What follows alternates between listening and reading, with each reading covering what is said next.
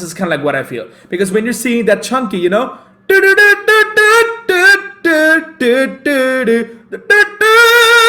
and we need to be able to kind of like hold that bad boy and not be afraid of it.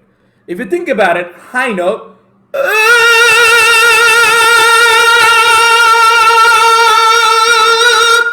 okay. Oh shit, okay. That's how you go to bed, okay. But this is the idea, right? It's like we want the highness to feel easier because singing is a lot to do with mental. And it's true. It is. Because just even think about hitting a B flat.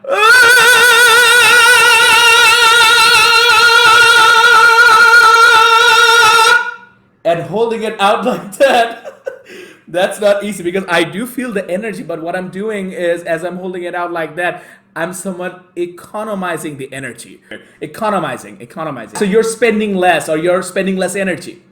Because if you think about